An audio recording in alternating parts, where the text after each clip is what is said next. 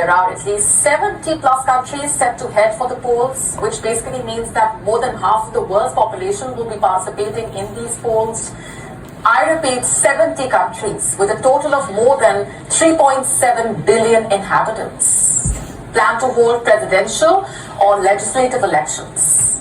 And out of that, there are 15 African nations, 9 American, 11 Asian nations, 22 European nations, 4 countries in Oceania.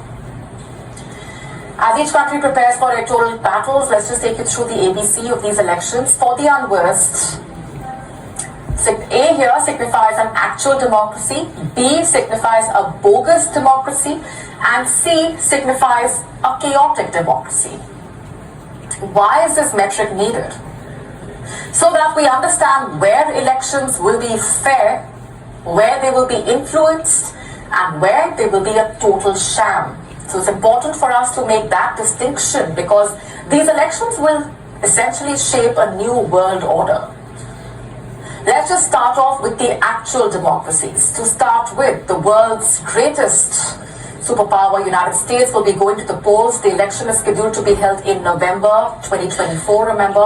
All 435 seats of the US House of Representatives, 34 of the 100 seats in the US Senate will be contested. The list of candidates is quite long, but the biggest fight remains between incumbent President Joe Biden and former US President Donald Trump.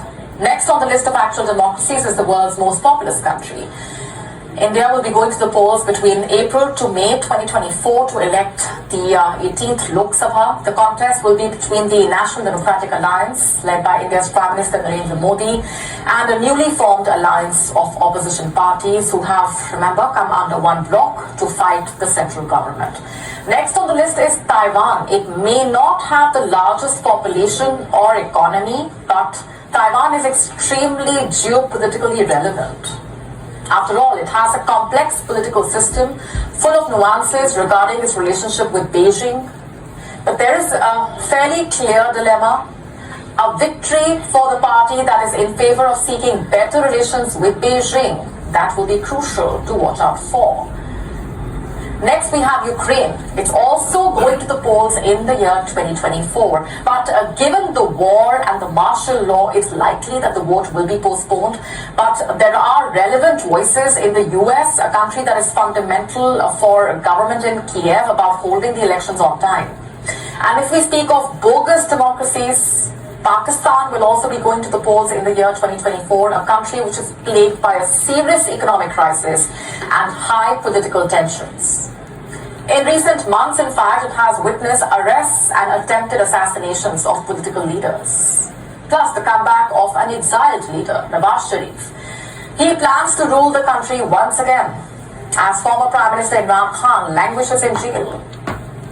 Whatever be the case, the elections in Pakistan are going to be bogus because at the end of the day, it is the Pakistan army which installs leaders to power. And speaking of chaotic democracies, South Sudan, a country mired by conflict, so much so that the UN mission there has warned that South Sudan is in no position to hold free, fair or secure elections which are slated for December next year. And that's mainly because of the prevailing humanitarian and economic situation, plus the fragile political environment. These are just a few examples on that list. There are many more, of course, many more countries going to the polls with many more domestic challenges. Some are actual democracies, some bogus, and some absolutely chaotic. But they are all very relevant in the global political scenario because the fate of these countries will determine what the world will look like next year. And these elections could either lay the groundwork for the rise of new powers, change the dynamics and alliances, and also could slip the world into further chaos.